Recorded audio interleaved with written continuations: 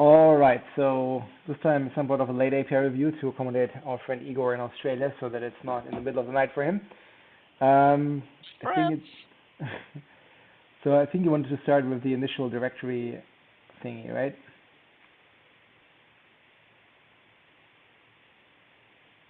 So that's basically to bring API parity with the other dialogues we have. So client GUID allows you to associate the specific paths when you open a dialog. And the initial directory, again, is something missing in the folder browse dialog that exists in the file dialog.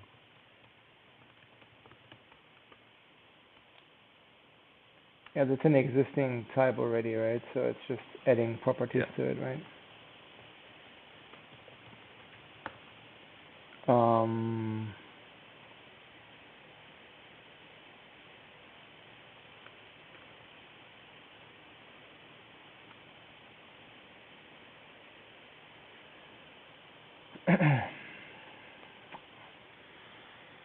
So default value basically means it's not persisted into the code behind when that's the value, right?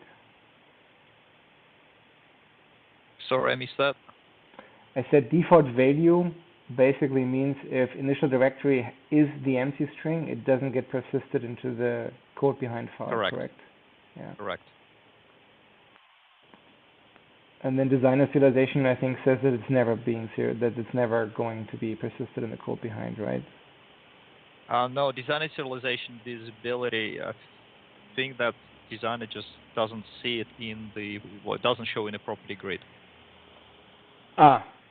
And as a result, it won't be serializing in the initialize component method.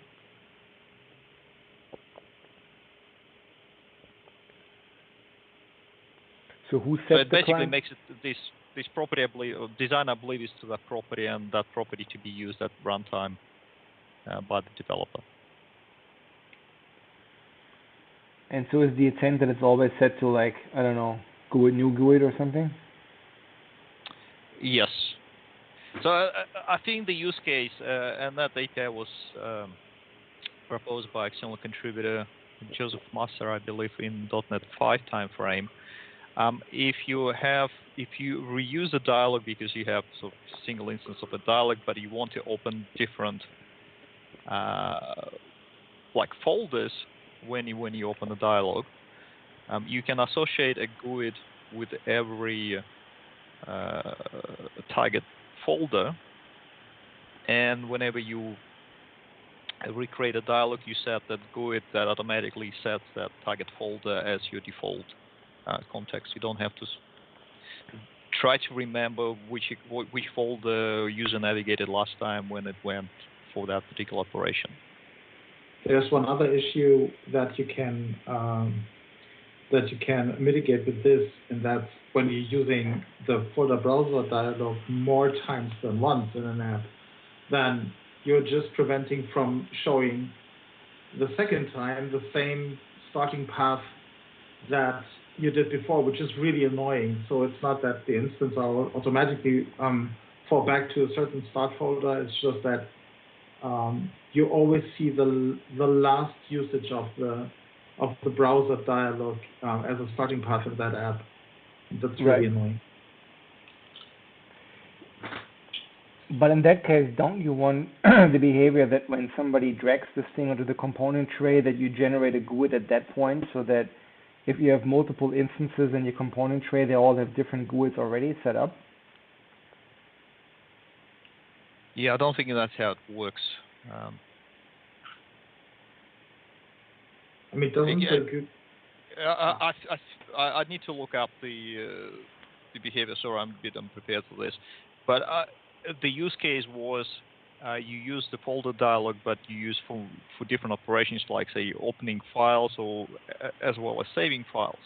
And you want to open files from one location but save files to another location, and you want to distinguish between two operations, but you don't know which locations user is doing things. So if you using the dialog to open files, you would associate a GUID with the last time the folder user used last time to open files, and then you associate another GUID with the last folder user used to save files. So depending which operation you perform, you set one or the other GUID, and the underlying Win32 will open the right folder for you. But you would have a list of GUIDs for certain spots in the Correct. in your app, right? And then the GUID associates the remembering of the last dialog of the last path that you used. Correct. Okay. So it's not so much the design operation, is more like runtime enhancement of user experience. Right. I was just more thinking like, I mean, I've not done WinForms in a while. Like normally when you do it up in code, of course at that point you set it at runtime, right? But I was thinking if you actually have some sort of dialog and then you drag the folder browse dialog into component tray, I would have naively thought you just have, one called open file dialog and one you've called like, I don't know, save file dialog or whatever, right? You just have two instances of the folder browser dialog in your component tray, use one or the other, and then each of them basically have their own GUID because they are logically their own instance, right? But yeah, I mean, either way works, I guess.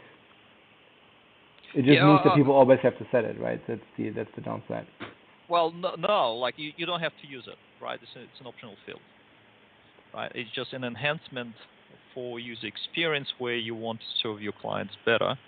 And like I traditionally don't, in my experience with Windows Forms, I don't tend to drag into the component tray. I typically prefer to create it at runtime. So it's different styles of implementation, I suppose. Right. And a lot of customers we do come across, they are conscious of memory and like having too many duplicate controls or components, meaning that they may create the single dialog and then tend to reuse it across multiple operations. So, right. Yeah. Right, makes sense then. Anybody else, anything? Actually, yeah, I've opened the original issue, and the use case is like there is application with plugins. So application tracks one thing, but plugins tend to do something different, and that's where that set GUID helps them to establish the context.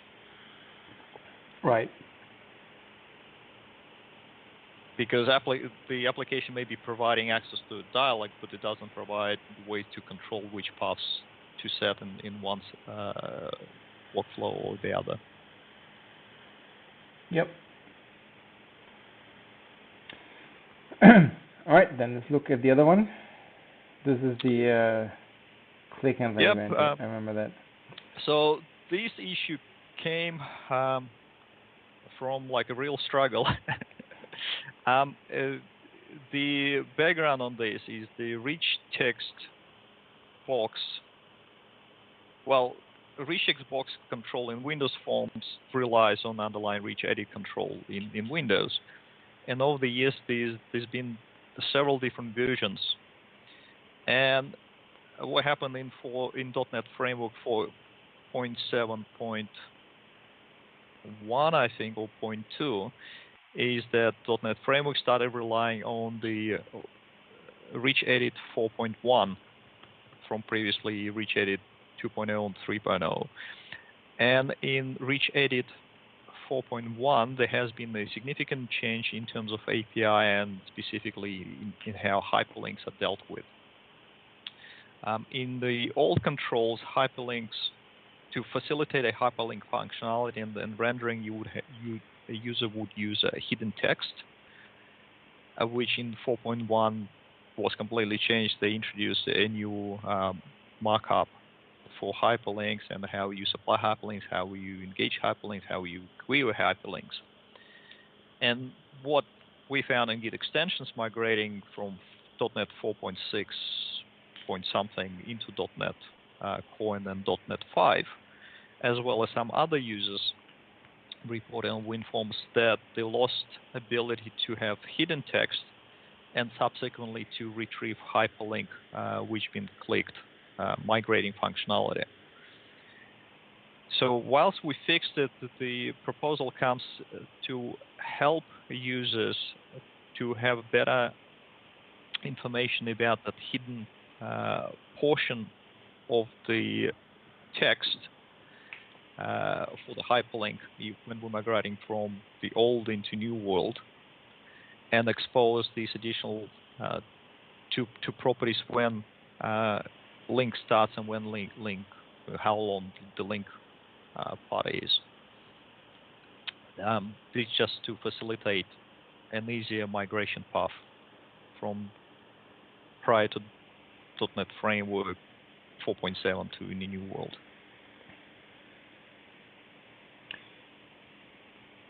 Yeah, so my only question is 0 the right default for link start and link length?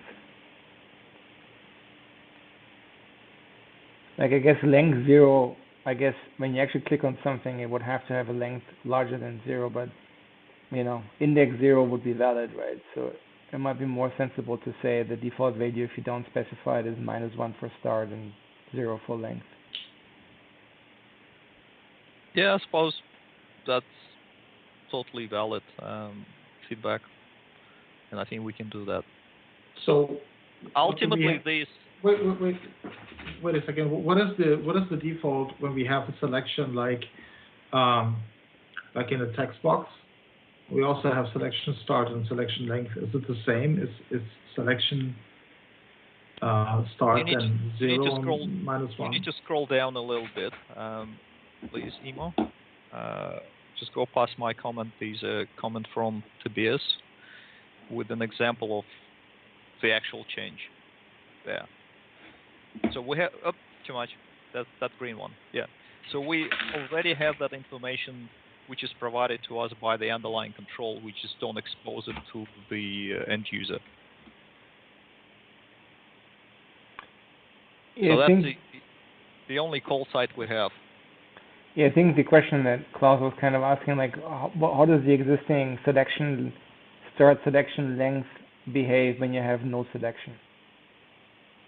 It's with the hyperlink. There's no selection.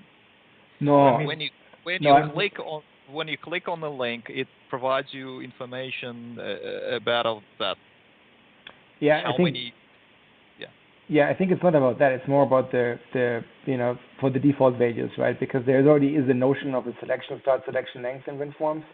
And if you don't have a selection, the question is, what are the values? Are the values -1 and 0, or are they both just 0? The thing is, you always have a selection because the cursor is set. If the text box has the focus, right? So I think it is 0 when it is in front. When it is in front of the first letter, I think then the selection start is 0, and when nothing is selected, then the selection length is 0. So for consistency, I would say I wouldn't go to -1 because then you have a different behavior, even if it is more justified because technically there is a cursor always, and there is really no selection if there is no link. So you could argue about that, but I would do it the same way and I guess selection. I guess the thing in WinForms is, as you said, right, selection is basically double purpose, right? Like if nothing is selected, it's the position of the caret. But I'm not sure that makes sense for a link, right? Because the link clearly has a position, and that position is either known or it's not known, right? But if it's not known, it doesn't make it 0, right? I mean, you could probably argue and say if the length is 0, then ignore link start, right? I guess that also works. It just seems odd to have a valid value for it if you don't actually know the value. I guess I'm saying it just feels more consistent. If it doesn't really matter, then for consistency, I would go with 0 rather than -1.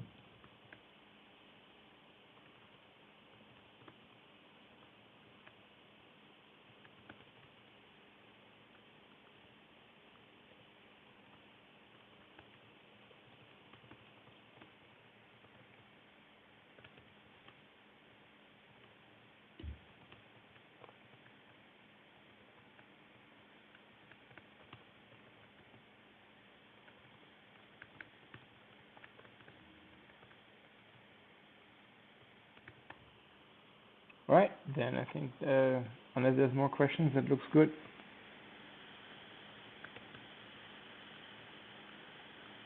Doesn't seem like anybody has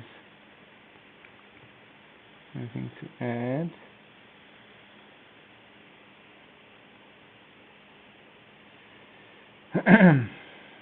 All right, so then begin.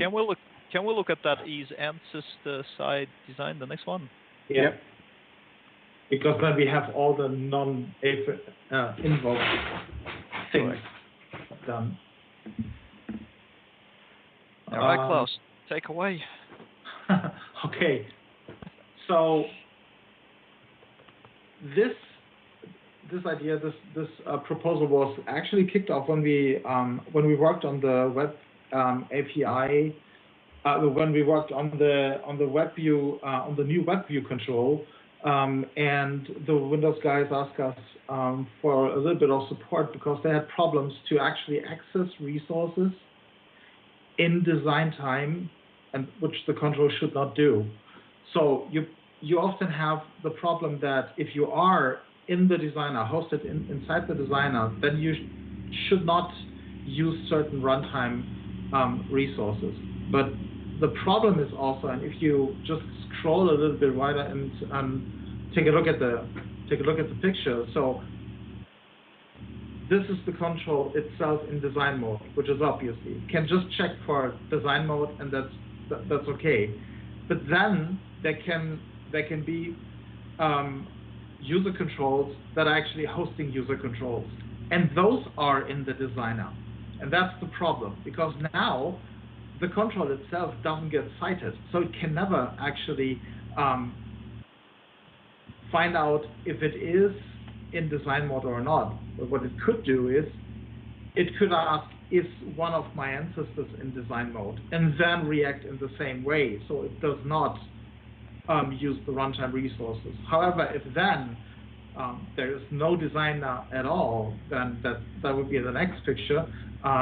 Then you would actually have the control to use the resources, and then it can determine that it is in design mode. And there are countless discussions on Stack Overflow and all those places.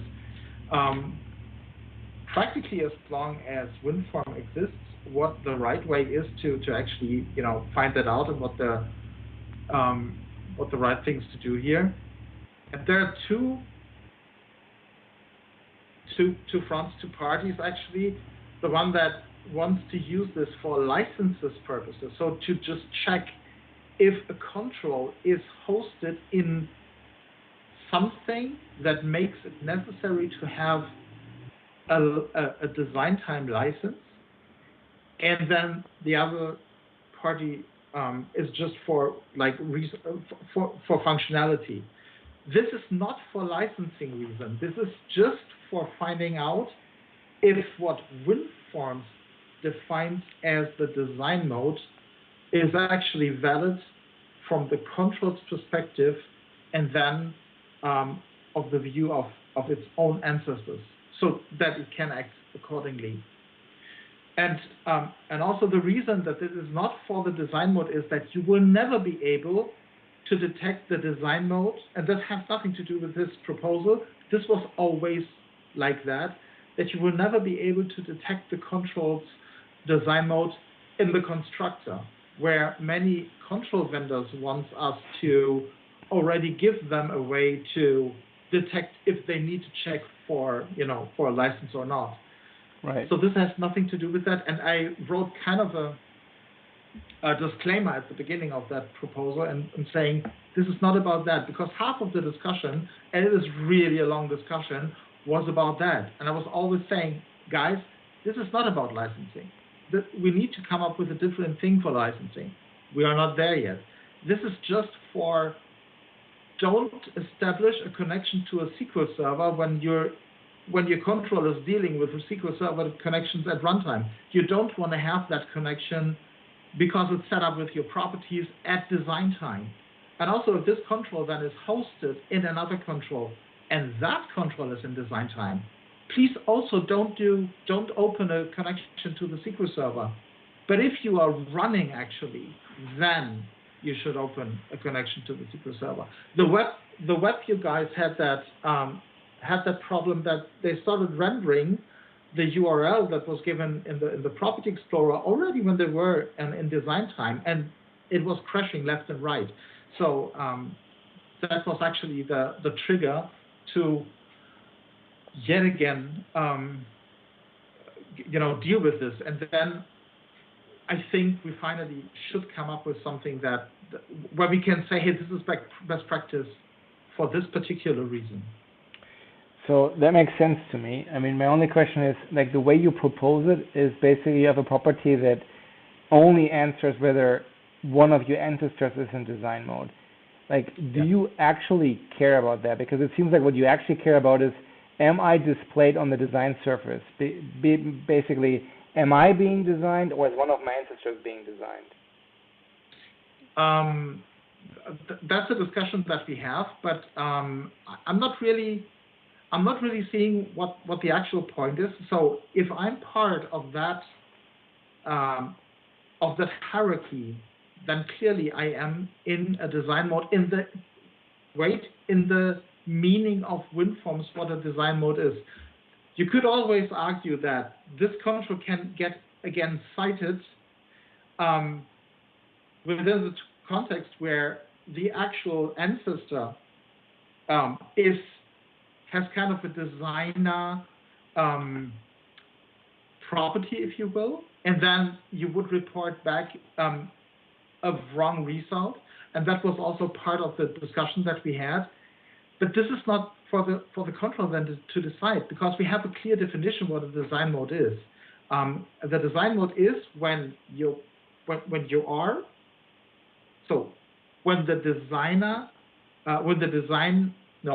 control is cited, and then the site reports the design mode back to you. So if in that case one of the ancestors is cited, and then that site reports back it is in design mode, you would take that into account or not. I mean, it's not that we're breaking anything. We need to make really clear for what purposes that is, and we should also point out that there can be wrong reports about the design mode.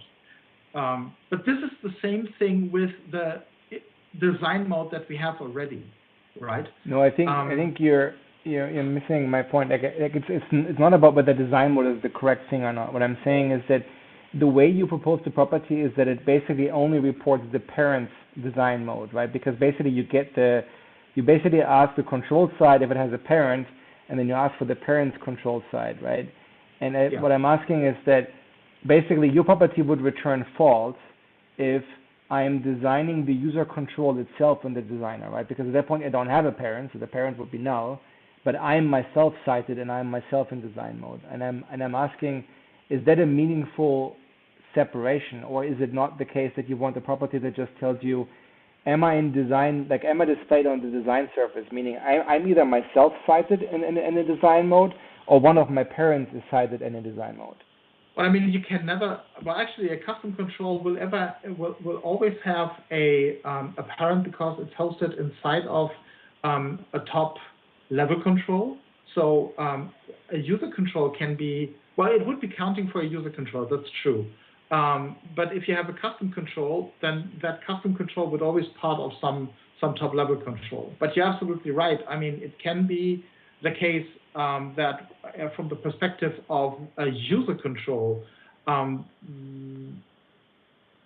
no, actually no, because also a user control cannot live alone. It's only the form that can live alone, which wouldn't have a parent, but a user control.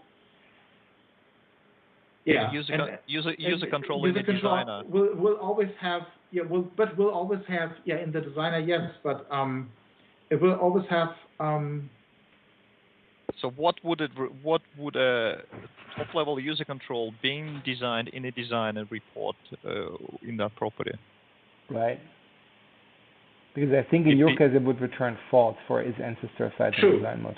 True. Yeah. So it should. Okay, but then we would need to consider.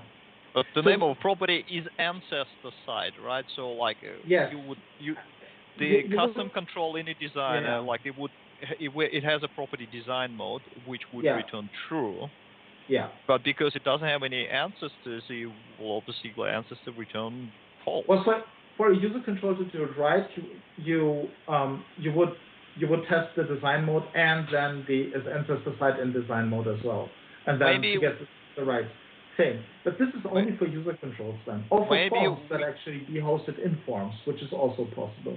maybe we can rename it if I am or my ancestors in design mode, where we checks like itself and the ancestor.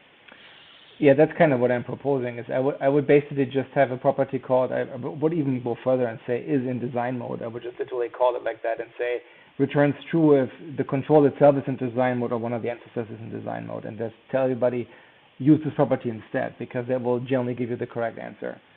And if you really, really need to know whether you're yourself in design mode or one of the ancestors is in design mode, that's fine. You can inspect the citing, right? That you can still walk it yourself. True. So you're proposing to modify the existing property? Am I hearing that? I don't think there's an existing one, right? There is design mode. Yeah, I know we kind of modified that because that would break the world. On which on control. Well, actually, is it on component or in control? I think it's on the site. Well, there is existing property, like that's why we proposing create a brand new property, because by like altering the existing property will just break the whole world. Yeah, I'm still confused what existing property is because it looks like you're just inspecting the site. But I mean, we have control design mode, don't we? I don't think you do. I mean, at least I can't find it. Yeah, control.design mode, and it is, that's system web UI. Wait a second, that's the wrong one.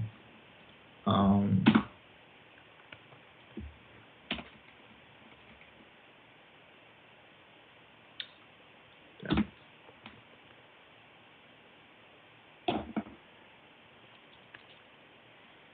I thought you always have to check site design mode. Yeah, we have a design mode property in WinForms. Oh my god, it's a collective lapse in memory. I don't know, Yeah, if you find it, let me know where it is. I'm looking for it. Oh jeez, it's embarrassing. So it's not on control, it's a component. There is a component design mode property. So it's component design mode property, and control is inherited from component, and so correct. There you have it. It's a protected bool property. I'm putting in the chat. Yeah.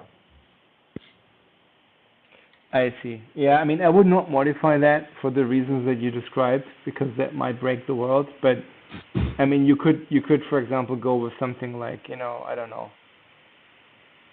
But also the things that components are not getting hosted in the control in the control collection, so you wouldn't be able to actually go to the top of that with that. So that is also the reason that this property should be on control and not on component.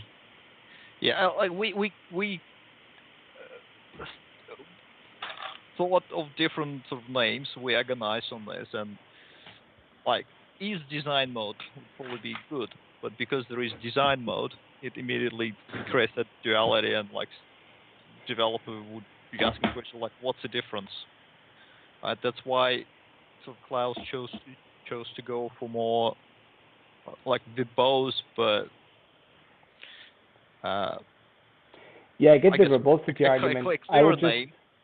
I think ignore the name for a second, right? I guess all I'm asking is that it seems weird that you would ask people to basically say you have to check for design mode, and you have to OR it with its ancestor site in design mode to get the correct answer. Like I would just propose add a single property that basically does the OR already for you and basically answers the question, is the thing rendered in the designer currently? And then just name it in some sensible way. Like I'm also okay with just calling it design mode or ancestor or something which basically does the OR. I would just say have a single property that returns you the effective value of, is this thing rendered in the designer currently? Because otherwise, if you introduce the property as you propose, everybody who just switches from design mode to its enter STEM mode now has the opposite bug, right? Where it works for the indirect case, but not for the direct case, right? And that just seems weird. I would just say, I don't think anybody ever cares about the indirect only case. So just have a property that always returns the logical OR between am I designed or is one of my parents being designed? Because that seems to be the only sensible property that you actually want to have. That makes sense. And then you can almost go now the extra mile and say, add an analyzer that tells people don't call design mode, call the other one because that's probably the correct answer for you. Cool, and that's a great idea with the analyzer. Yeah, you were collecting analyzer ideas anyway, Yes. right? Yeah, I'm collecting analyzers. I'm building analyzers for wind farms. Cool. Cool. Yeah. All right. I like that. So the suggestion is basically to do that check. To include. I am being Yeah. designed, or any of my ancestors being in design mode, and we just need to come up with like a better name for this. Yeah, just come up with a name, but I think you want the union property, right? We'll ask Jared to pass him. He's a great naming guy. He will totally give you a name, but probably not the one you want. Is ancestor and self site in design mode.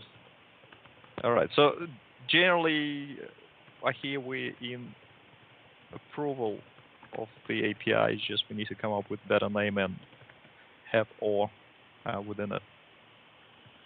Yes. Cool. I need to find the browser window again. So we can do one of two things. I can either mark it as API needs work, in which case you come back once you have a name, or we just mark it approved and I just say figure out a name. Let's just approve it and then we figure out between us. I can live with that. If I can find the end of this massive discussion.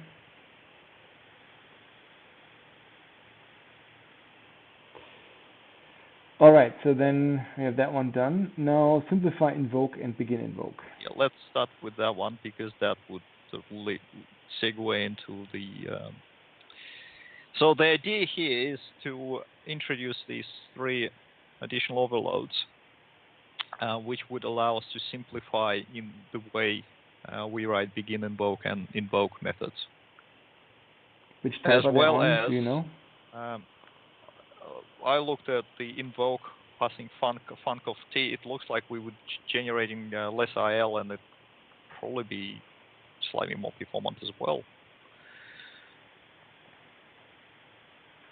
Are they all on control? Yes. What? They part of the control API. Oh yeah.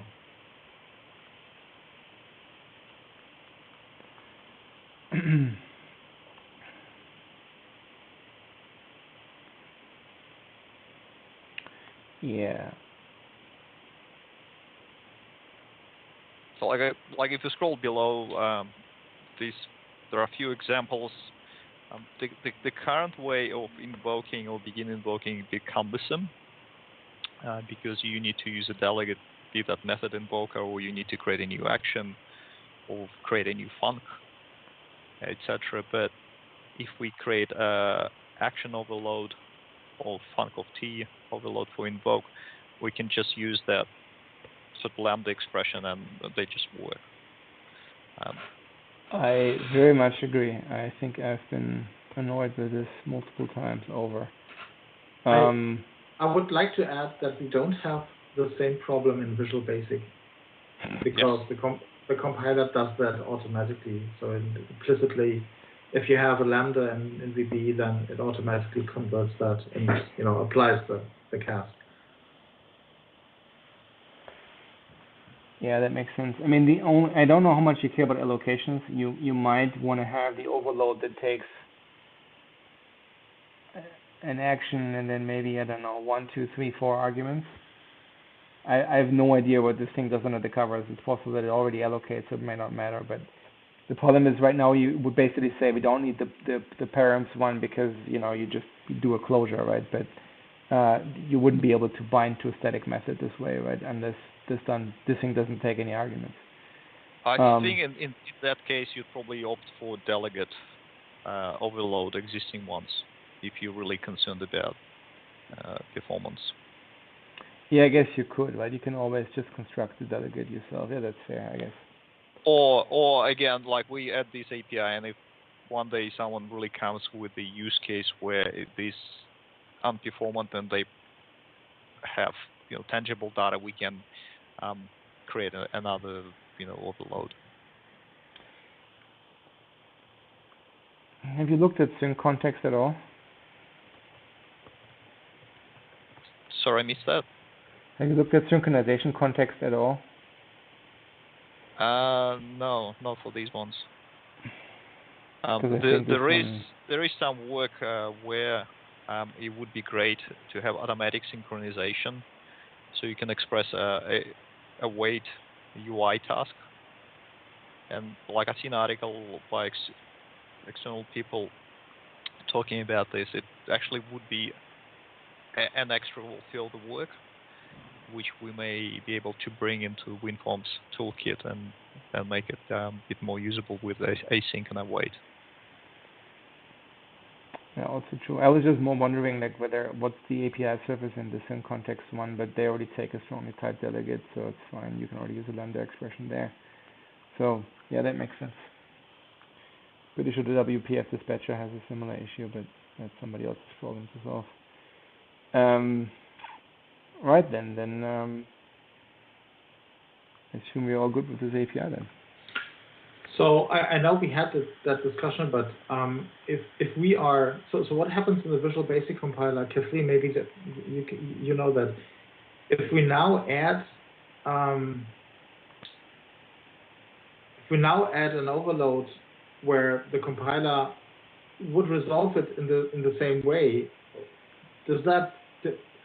could you think of anything where there's now a problem with ambiguity in the Visual Basic compiler, where the compiler doesn't know any longer which method overload to take, because it could as well be the delegate and an action?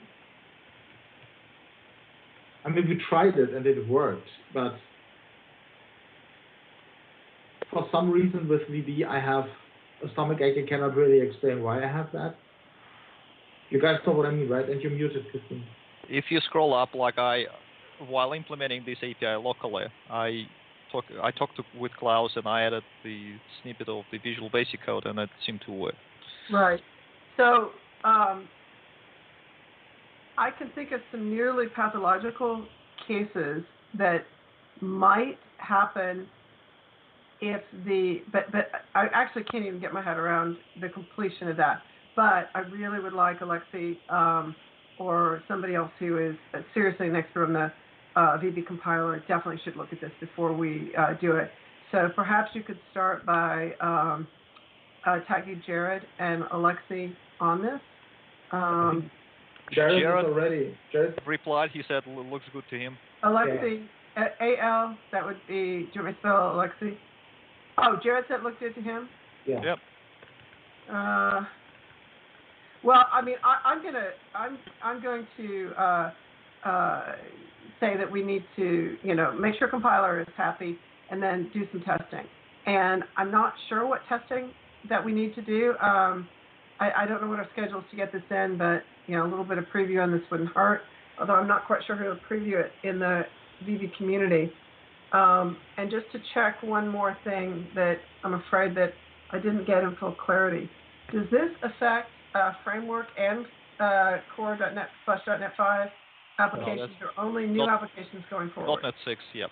Just .NET 6. Okay. Yeah. All right.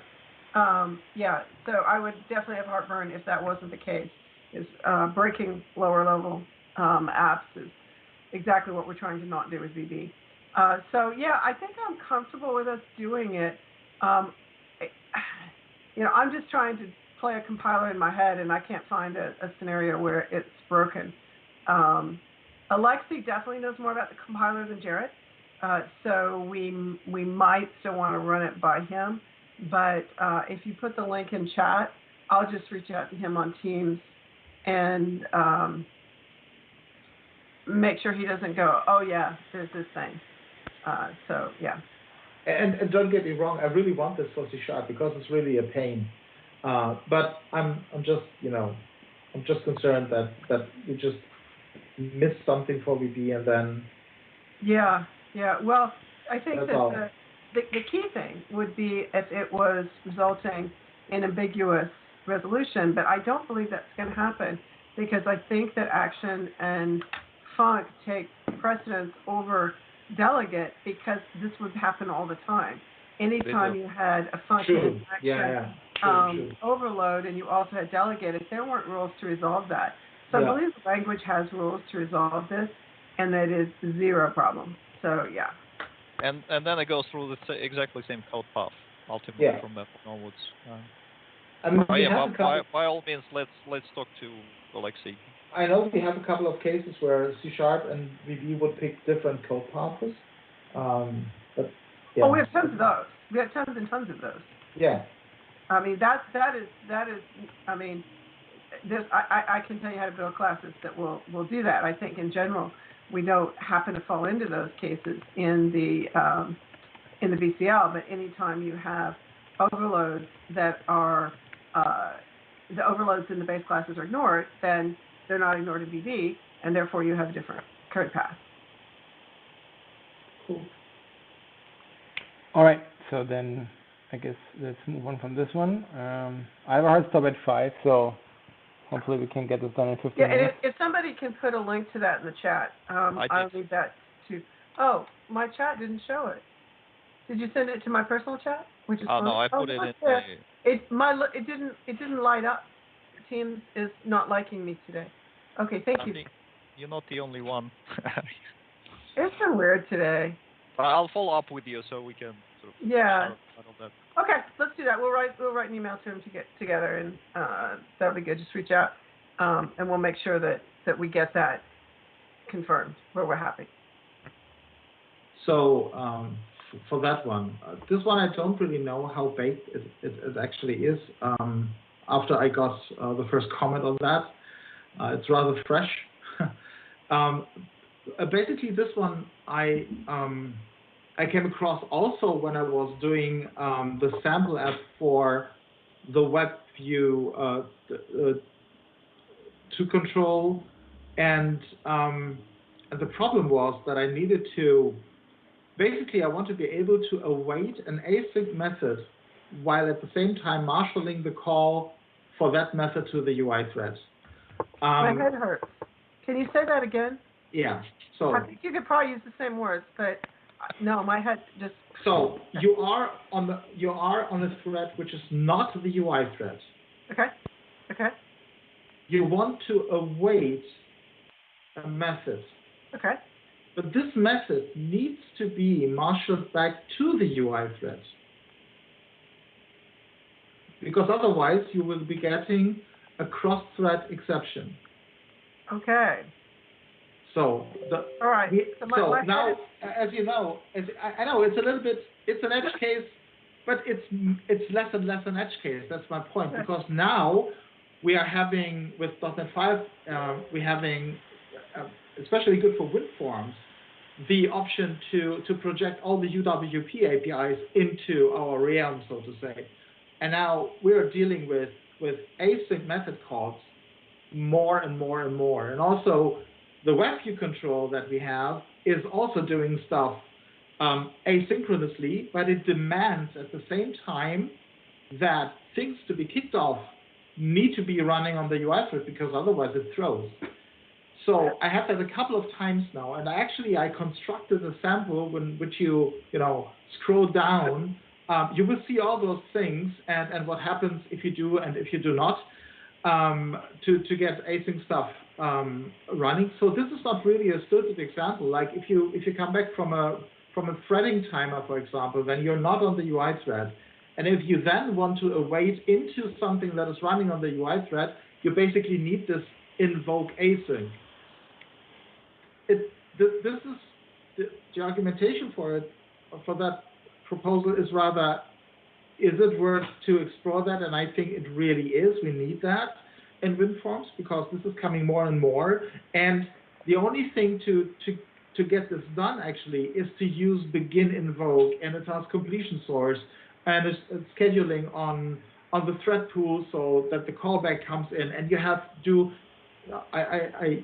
practically when I did this sample, I also implemented a rough version of that already to see how would I do it if I made it without it, and it's just something that I think is not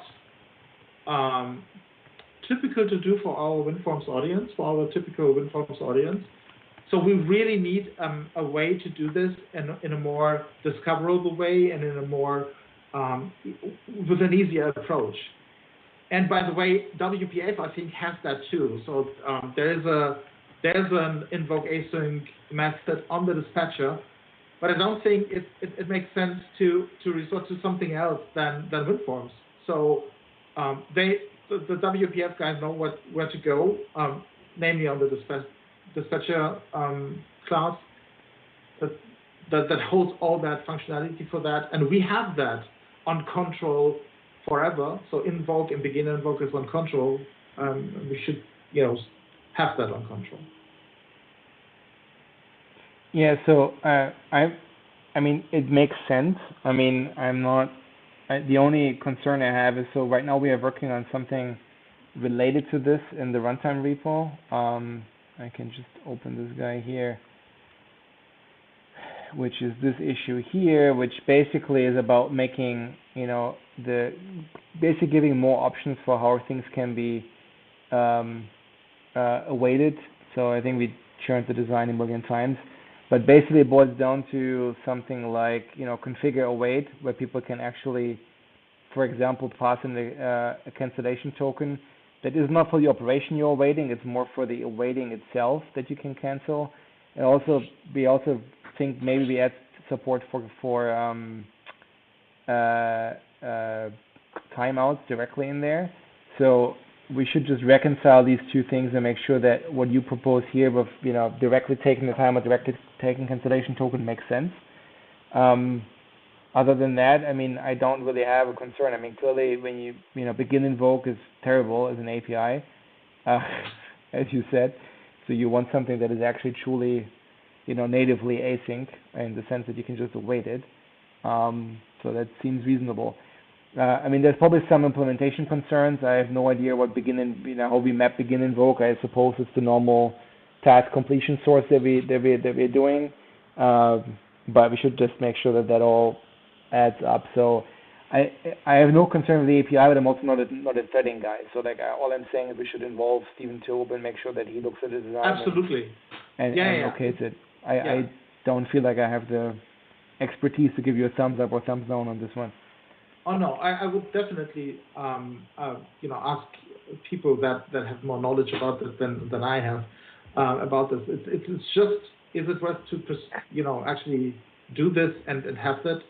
I would like to hear Stephen's take on this, because the way I'm looking at this right now, this is a very PM, forgetting what I know about the compiler for a minute, just a very PM comment, which is that if we believe certain things about our WinForms cohort, including that they're very smart people, but they don't necessarily want to think a lot about the mechanics of how things are working, is putting this on control so it shows up everywhere going to give them excess ways to shoot their feet off?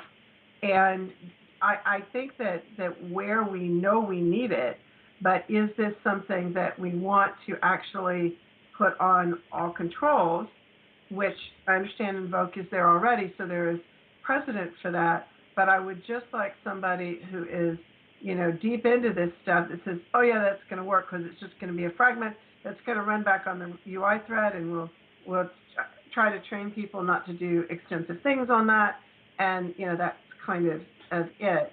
And one of the reasons I think that is that there's nothing in this name that says, I'm going back to the UI thread, make sure you make this fast. And so if I understand what we're doing right now, which I believe is going back to the UI thread, is that the intent here?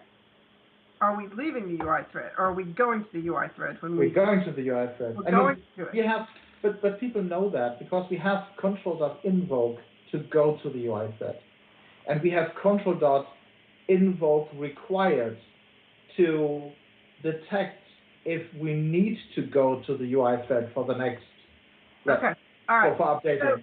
And that is the reason I think that we should also have just consistently the invoke async in the same group of functionality. So we would have control.invoke required, control.invoke, and control.invoke async.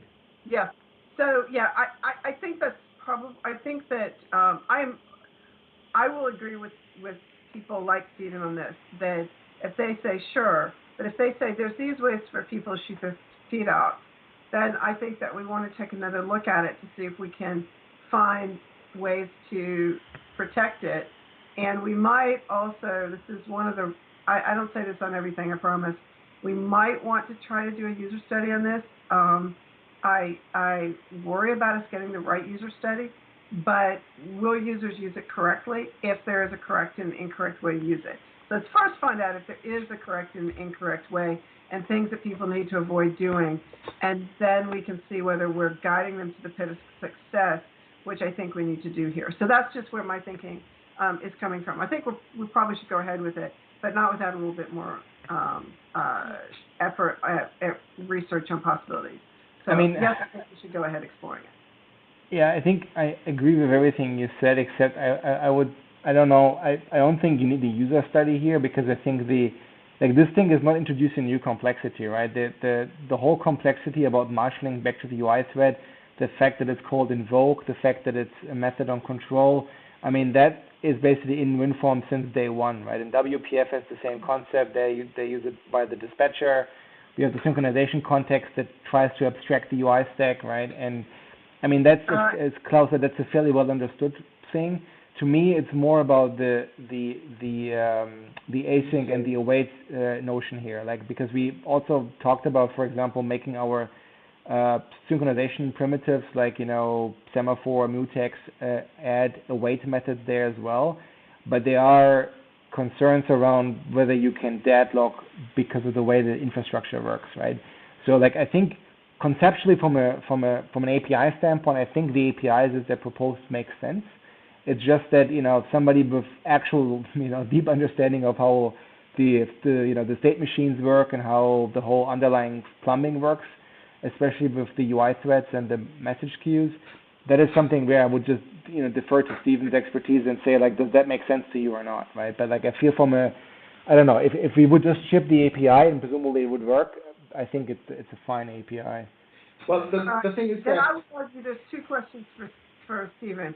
One is, are there things we're not saying about people shooting their feet off, which was my concern, and your concern, which is technically, is this going to work right, or are we just setting ourselves up from a technical level to be creating undesirable situations regardless of the thing is that currently we're having problems with deadlocks with async and await in so many WinForms apps, because people tend to use it in a alternative way.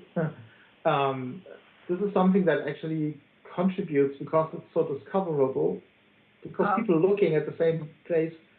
I would even say to mitigate those problems more than adding to it, because you clearly, if you have a demand and you understood somewhat what you need to do, namely to have something that is in the name ending, and oversimplifying it, but probably our audience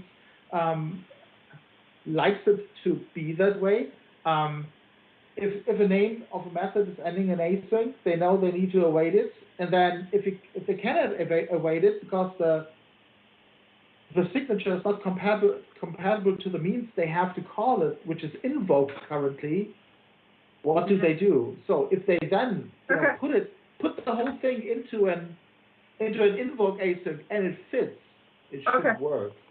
So you basically part of what you're saying there is that the pit of failure it's easy to fall into right now is doing trying to do sync over async in this case because the call that you're going to, the invoke delegate, is already It needs to be available, and the signature, you can only pass a func of task or a func of task of t, and that's it. I mean, it needs to return a task, and then you can await it. That's basically it. All right. Okay. All right. Then my opinion is yes, we should go forward and explore this. And one of the aspects is talking to. As I said, my only concern was for this session, just should we consider it, and this is what I'm thinking, and I want to make a point that I think it's really necessary to have it, but I'm open of course I'm open to any suggestion I can get how to implement it, and maybe I'm not even implementing it because it's just Any more thoughts, Timo? No, but Igor has his hand up, and it's muted. I am muted indeed. What we have, like the last sentence of the previous comment from Tobias, and that's something I completely overlooked for some reason. I think we should consider adding cancellation tokens to the begin invoke methods we already have. So we should consider adding few more overloads for our invoke to have begin invoke action method cancellation token, begin invoke delegate method cancellation token, etc. So like we offer that cancellation functionality as well, which we currently don't. I would make this a separate one because it's like it will be my same answer because we already have this work item here that basically adds it generically to be able to cancel and await, which might be enough for your case. Like if you really need to plumb it through, then that's a different thing. But the problem is here that the previous APIs are also just syntactic sugar over the ones you already have. So if you need to plumb cancellation tokens through on this guy here, you may have to do more work anyways, right? Correct. But yeah, I just sort of. Yeah, no, it makes sense. It makes sense. Yeah. So then, I need to run now, but I would not, I cannot approve it right now because it's like we would need Steven to look at this, but just work with Steven on this, and if he's okay with it, then that's it. Cool. All right, awesome. then. Thanks so much for your time. We actually done everything we wanted today. That's all I wanted. Yes. Task dialog, we'll still have to do a bit more work on task dialog before we bring it back. And I'm sorry. I had it on my list, but it was just too much. All right. Well, I've been meeting all day long, so I'm so happy I am done. Thanks for having us. Yeah.